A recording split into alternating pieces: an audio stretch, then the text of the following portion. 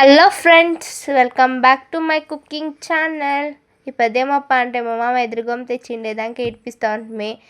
ఎట్లా ఇడిపించేది అని చూడండి. ఫుల్ పొట్లంతా దానిపైన ఉండేది ఇడిపించి అలా తిరగ పొట్లు రాకుదు అందా వరకు ఇడిపించేసి లాస్ట్లో యావది న్యాత్గా ఉంటుందో దాన్ని ఇడిపించుకోనాలా. చూడండి, న్యాత్గా ఉండేదాన్ని మాత్రము ఆమెకి ఇడిపించింది అయినాక దాన్ని అంతా కట్ చేసి క్లీన్గా రౌండ్ షేప్లో మీకు ಯಾವ షేప్లో కావాలన్నా ఆ షేప్లో కట్ చేసుకొని దాన్ని ఎత్తి నీళ్ళకి వేసి పెట్టుకోనాలా.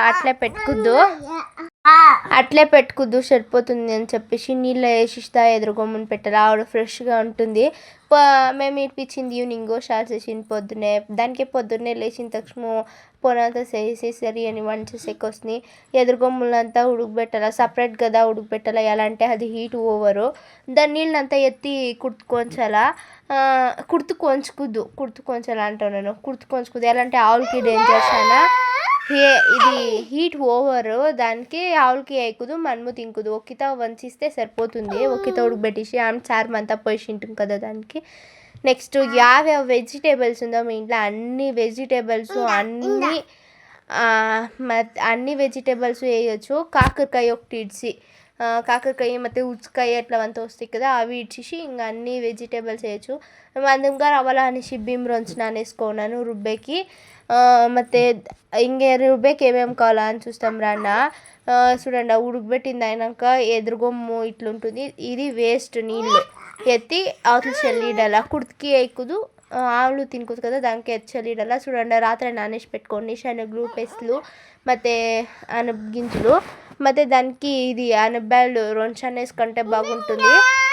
దానికి అనపబ్యాళ్ళు 2 గ్లాస్ వేసి దాన్ని విజిల్కి పెట్టాలి నీళ్ళు పోసేసి. దాన్ని విజిల్కి పెట్టుకుంటే అది నున్నగా ఉడుకుతుంది కదా. అన్నీ ఒకేకితో ఉడుకుతాయి. ఒకటి ఉడికింటుంది, ఒకటి ఉడికిండేది. దానికి అన్నీ సపరేట్గా ఉడకబెట్టుకుంటే అన్నీ ఉడికినాక లాస్ట్లో మిక్స్ వేసుకొని మనము వేసుకొనవచ్చు కుక్కర్లో. ఒకే కిత వేసి బండికి పెట్టుకోవచ్చు. చూడండి, మిక్సీకి ఏమేమి కావాలంటే కొబ్బరి, పచ్చి కొబ్బరి ఉంటే బాగుంటుంది. మా ఇంట్లో పచ్చి కొబ్బరి ఉండలేదు, దానికి ఎండిన కొబ్బరి ఎత్తుకున్నాను. రుబ్బేకి ఏమప్ప కావాలంటే ఇది తెల్లగడ్డ, ఆమెకి మిరపకాయ. నేను తొట్టలు కూడా ఇడిపించిండే మర్చిపోయిండే, దానికి తొట్టు ఇడిపించుకుంటా ఉండే. ఆమెకి మా ఇంట్లో ఇది కొమ్మరి లేదనేసి ఎండిన కొమ్మరి ఎత్తుకుంటుని. ఆవిడే బియ్యం నానేసుకుంటుని కదా, దాన్ని నేను ఎత్తేసుకున్నాలా. బియ్యము, మిరపకాయ, మిరపగింజ ಮತ್ತು తెల్లగడ్డ, కొత్తిమీరాకు ఇంత రుబ్బుకొని చూడండి నున్నగా వేసేసుకోండా. ఆమెకైనాక అంతా ఉడకబెట్టింటాం కదా, అంతా మిక్స్ వేసి చూడండి, అంతా మిక్స్ చేసుకొని ఒక విజిల్ తరకారీ అంతా వేసి తిరిగి ఇంకొక విజిల్ కుక్కించుకొని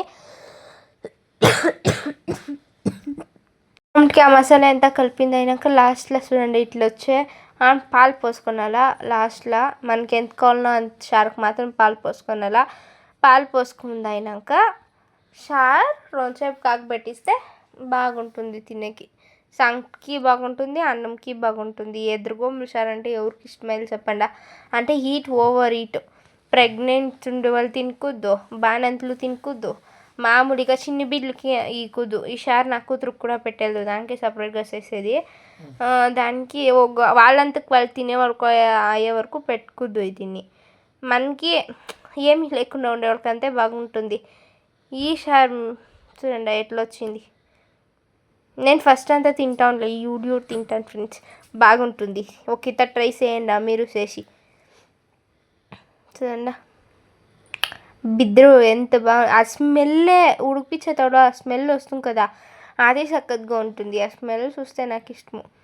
ఈ వీడియో మీకు ఇష్టమైతే like, share, comment and subscribe to my channel. లాస్ట్లో ఇట్లా భోజము నేను మర్చిపోయి మీకు చూపించేది. తింటా ఉంటే జ్ఞానం వచ్చేది, దానికి ఎత్తుకొని చూపిస్తున్నాను. చూడండి, బాగుండే అయితే షారు.